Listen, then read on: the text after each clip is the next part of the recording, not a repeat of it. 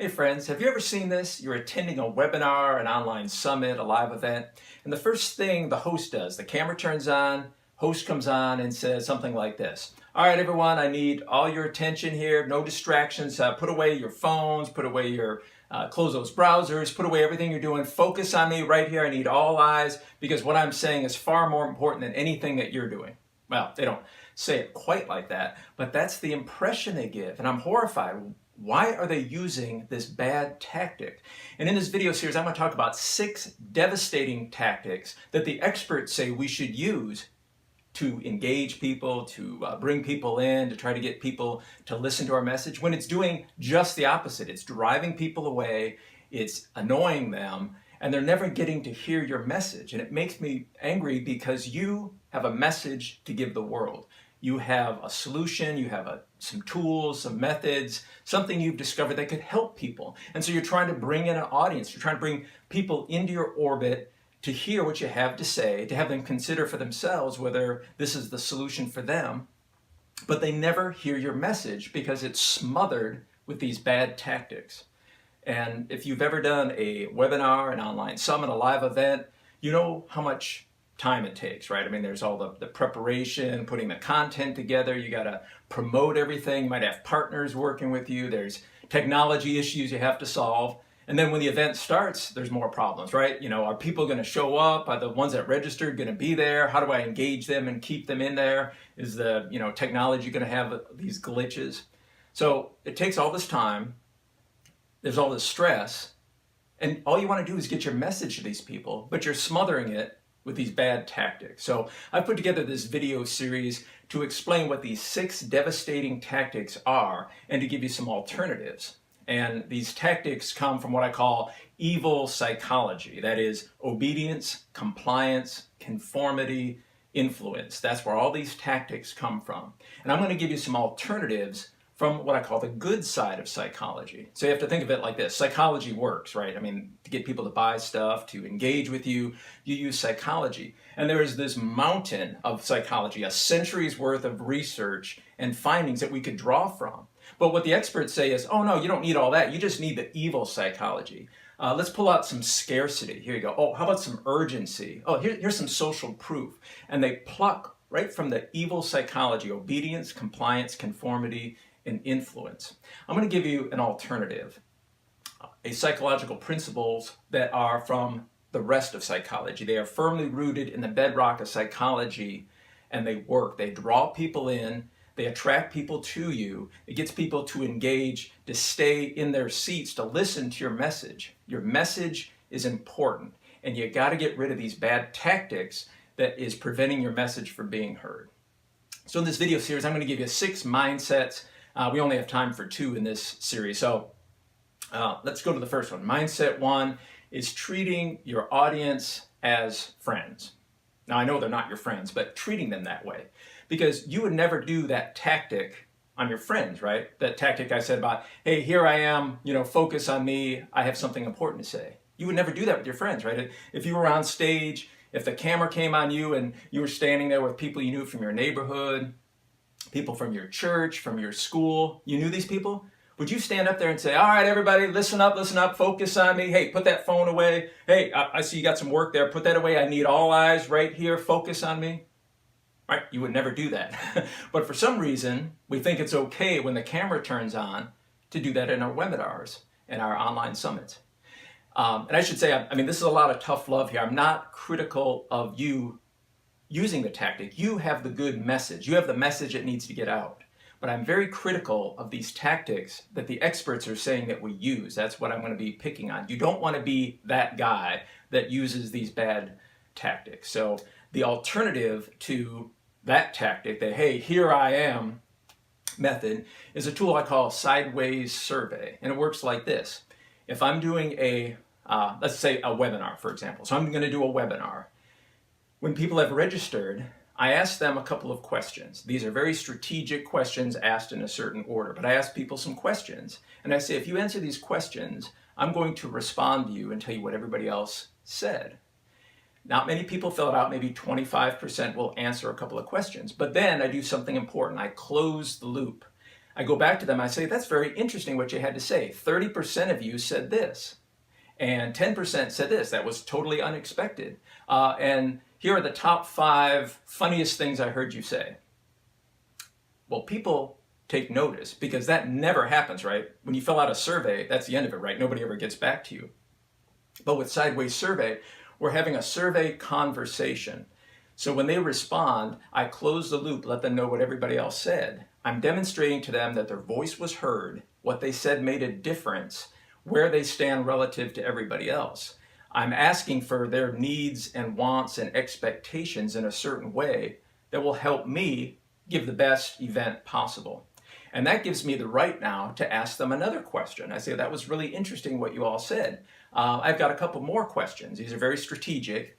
I ask the questions, even more respond this time. Then I close the loop again. I said, that's great. Thank you for filling that out. I heard this was the top 10 most impactful things you expect from this webinar. Here are 5 things I had never expected anyone to say, but I wanted to share this with you. Now people are seeing where they stand relative to others. They understood that their voice was heard, that this was important, and we just carry on this survey conversation right up till the start of the webinar and right into the webinar. So when I open the doors to my webinar, people are saying, there you are, Doc. We've been having this conversation. So good to see you. I don't have to say, hey, here I am, listen up, hey, put all your stuff away. I just go right into it. People want to be there. And it's because we're having a conversation, and people don't leave in a conversation. That's one of the tools, Sideways Survey. We're going to talk about that in this video series. If you're someone that likes to take action right away, there's a link somewhere below here for a webinar that I'm doing just on Sideways Survey to teach you the techniques and how to implement this in your own webinars, online summits, live events.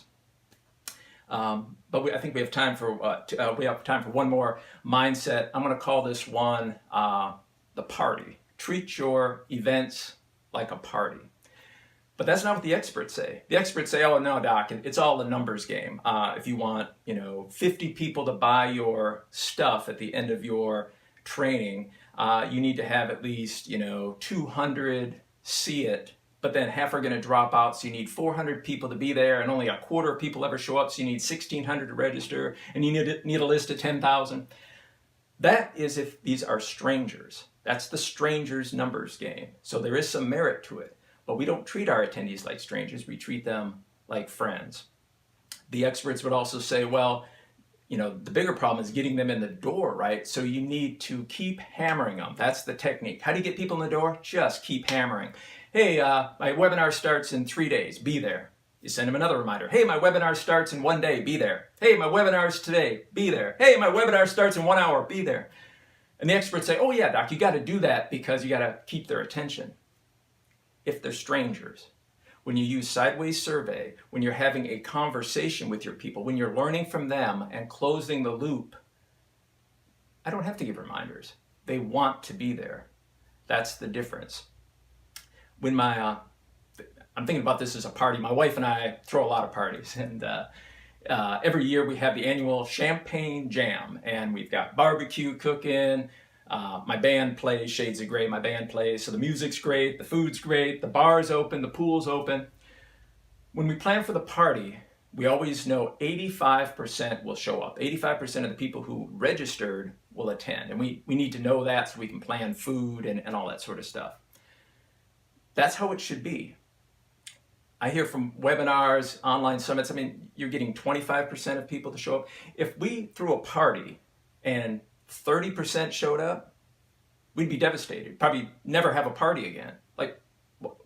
We put in all this work. we bought all this barbecue. The band's been rehearsing for 2 months. I had to clean the pool. We put in all this work to have 30% show up. And that's the mindset you should have for your own events. You put all this work in, all this time, all this effort. Why would only 25% of the people who said they were going to be there show up?